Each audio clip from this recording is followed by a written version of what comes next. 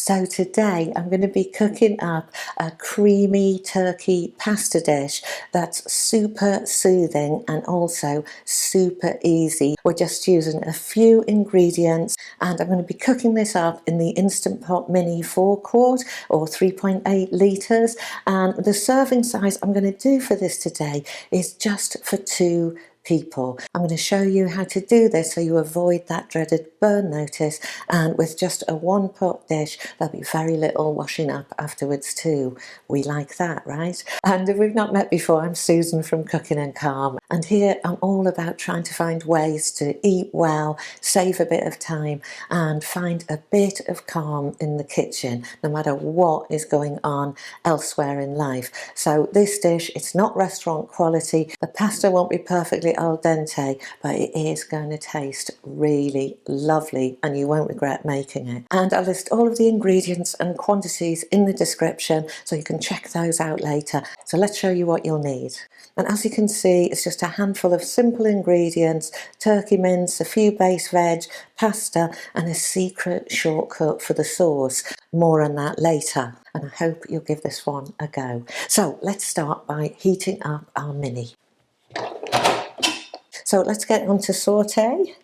It's this icon here, and that's on 30 and it's on high, and I will keep it that way I think, and just press start. And if you're new to cooking with stainless steel, the first step is to be a little patient. So with the Instant Pot or any stainless steel cooking, we want to get the pot really hot before we even add the oil, and that has an effect on the stainless steel. It kind of helps sort of close up pores so the food is less likely to stick. And one of the best things about the Instant Pot is that it's going to tell you when it's hot enough to add your oil.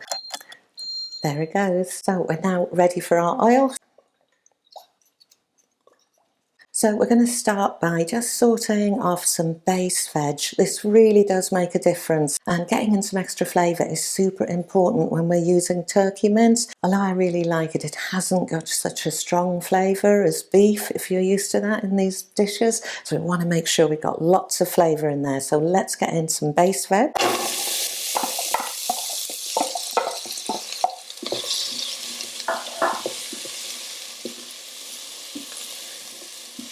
And we're just softening these a little bit. We don't need to go as far as getting colour on them. So just keep giving it a little stir, making sure all your veg are coated with the oil. Oh, there's my watch telling me I've done all my exercise points. Oh, they smell really good. And normally, once I've softened the onions, carrots and celery here, I would add a little bit of garlic. But this time I've got a secret ingredient I'm adding later that's going to cover that base, so we don't need to add any garlic yet. Okay, so they're nicely softened now. I'll push those to one side, add just a little bit more oil, and I'm going to brown off the turkey mince. I'm just flattening that down a little bit. I'm going to get that into the Instant Pot.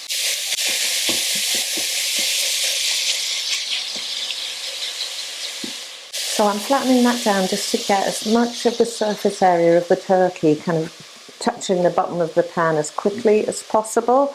Turkey's a very lean meat, so we want to get it slightly browned, but we don't want to kind of keep it on there for a long time or it can dry out and go a bit gritty. So I'm pressing that down to make sure as much as possible is touching that lovely hot olive oil. And actually I'll give it a bit of seasoning now. And we're not trying to cook it through, we're just getting it browned off a little bit, and then we're going to pressure cook it to finish off cooking the turkey. And there it goes, browning off already. So we're just looking for that bit of colour. Give it another stir, we're just breaking up that mince. And I've let the turkey mince, or the ground turkey, come to room temperature. And I find that means it's much easier to break it down. But if you're having trouble, you can use a potato masher to kind of really get that broken down. But this is fine today. Put a bit of pepper in there. The seasoning is really to your taste. I love black pepper. Okay, and you can see now that the pink colour is gone from the turkey, so we're ready to go to the next stage. Let's stir that all together.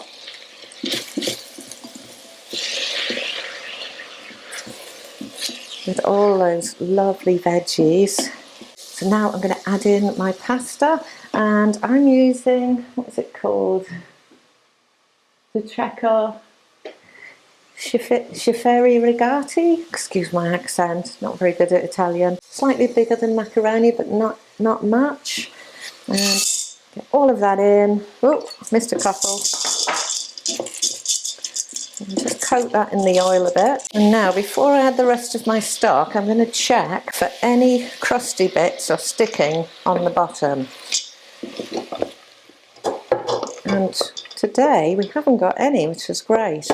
But if, when you've been cooking, something's got caught on the bottom, you would just add just a tiny bit of stock and give it a good old stir and scrape it, put it back on the heat and scrape up any crusty bits. Get all that flavour into your pasta and not stuck to the bottom of the pan. If it is left stuck at the bottom, you're more than likely going to get a burn notice where the Instant Pot knows that there's all this crustiness at the bottom. So always deglaze and make sure nothing is sticking, just like this here. Now we've just got a couple more steps and we're going to set it away. First I'm going to add my stock. I'm using about 2 cups here. I want the stock to just cover all of that lovely pasta.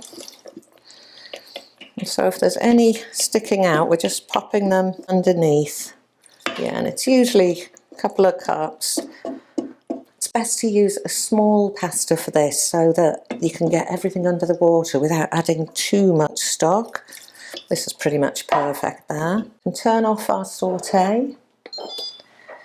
And I'm going to add another ingredient that can cause a burn notice, and this is a bit of a flavour maker, and I'm just trying this for the first time today. It is balsamic sun-dried tomato paste, but you can use ordinary tomato puree, tomato paste. I often use the more intense sun-dried types when I'm making turkey or chicken, just again to boost up that flavour, but they all do the same thing and they all have the same rule, and that is we are not going to stir this in because it will thicken the water too much, and this is again one of the causes of the burn notice. So what we're actually going to do is just pop this on top and let the pressure cooking cook it just as it is in that layer. There we go. Just flatten it down. Now all we have to do is get our lid on. This is always hard from behind. You'll be doing it from the front, of course. There it goes. And this Instant Pot Mini sets itself to pressure sealing, so you don't need to do anything. You just turn that lid and it's locked. So now all we need to do is set our pressure cooking. So the general rule for cooking pasta in the Instant Pot for your timing is to halve what it says on the packet and then round it down a minute. But in this case, I want to be cooking this for 4 minutes to make sure that turkey mince is beautifully cooked. So although this little pasta only normally needs 7 minutes, I'm actually going to cook it for 4 because that's what works for this one pot dish to make sure everything is beautifully cooked through. So it won't be al dente, okay? But really this is a kind of meaty mac and cheese style dish. We're looking for easy food, easy eating, and who doesn't mind if it's a little bit softer than usual? I don't anyway. So let's get the pressure cooker on.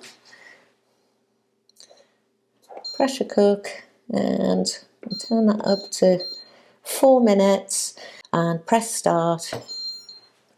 And now the pressure cooker will take a little while to start bubbling up all that water and coming up to pressure. When we get to pressure, we'll see this pink pin rise and the pressure cooker will start counting down from 4 minutes. So while the Instant Pot does the work for me, let me show you what the secret ingredient is I'm going to use today. The pressure cooker is great for kind of sealing in heat, but nonetheless, these kinds of recipes, I like to make sure I've got some real flavour boosters in there. And one I found, oh, there it is, come to pressure. Super quick. So one of the things I found works really well with this turkey dish is this highly flavoured soft cheese with garlic and herbs already in. Saves me doing some of those steps in the pasta itself, and we're just going to stir this in at the end. So today I'm using Boursin, I think that's how you say it, but basically any equivalent garlicky, herby, soft cheese that you can stir in at the end. But if you don't like these kind of cheeses, you could also use cheddar, so your choice. But basically this is going to add some extra creaminess and also some extra flavour. This is super soft, but I'm just going to break it up a little bit. Okay, so I'm going to put the other half of that back in the fridge and use that probably tomorrow. Oh, there it goes. Okay, so that is our timer up, and what I'm going to do now, because this is a pasta dish and there can be a little bit of starchy bubbliness with a pasta dish, I like to just let it rest now for 1 minute natural release before I do the quick pressure release, which I'm going to do in a minute. So let's get my timer on. I'll just finish dividing this cheese into blobs. This is not the most aesthetically pleasing, but it is going to help it melt into that pasta a little bit quicker. There's my minute. So now I'm going to do a quick release on the Instant Pot Mini.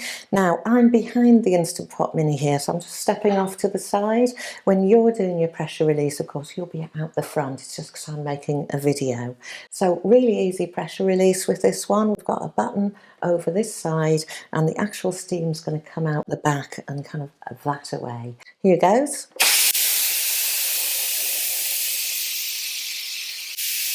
And we're just going to wait for all the pressure to come out, and we'll know when it's finished because that pink pin will drop and suddenly we'll be able to open the lid. While it's under pressure, it won't let us open the lid, so no need to worry.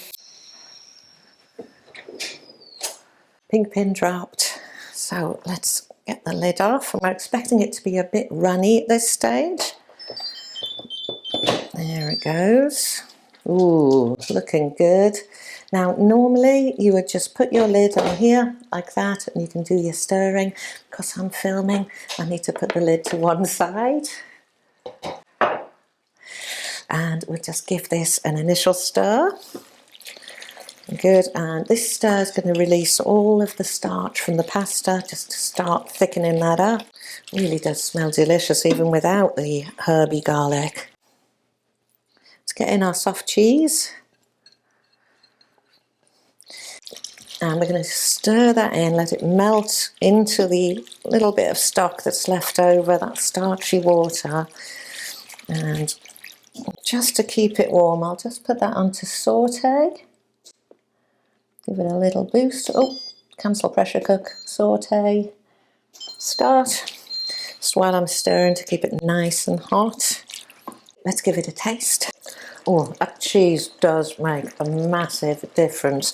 Do try and use this cheese if you can, or another strongly flavoured cheese. And if you wanted to step this up a bit in health terms and add some more veggies, this would be perfect with some shredded baby spinach or some frozen peas. Just added in at this stage, stirred through, cooks really quickly, and then you've got even more veg in it. But for today, we're having this one just as is, but with a little bit of basil on top.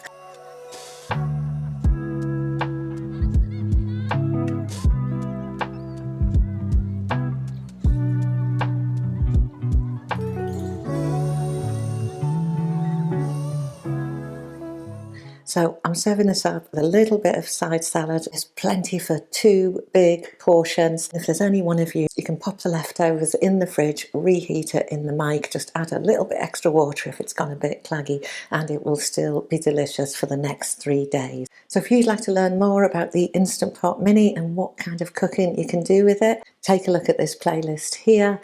And if this video has been helpful to you, I'd be really grateful if you could give it a thumbs up. That helps YouTube know that I'm trying to be a helpful human and helps the video get to other people who are learning about that Instant Pot Mini. But in the meantime, thank you for watching. May your kitchen be calm and your food always be good. And I'll see you next time.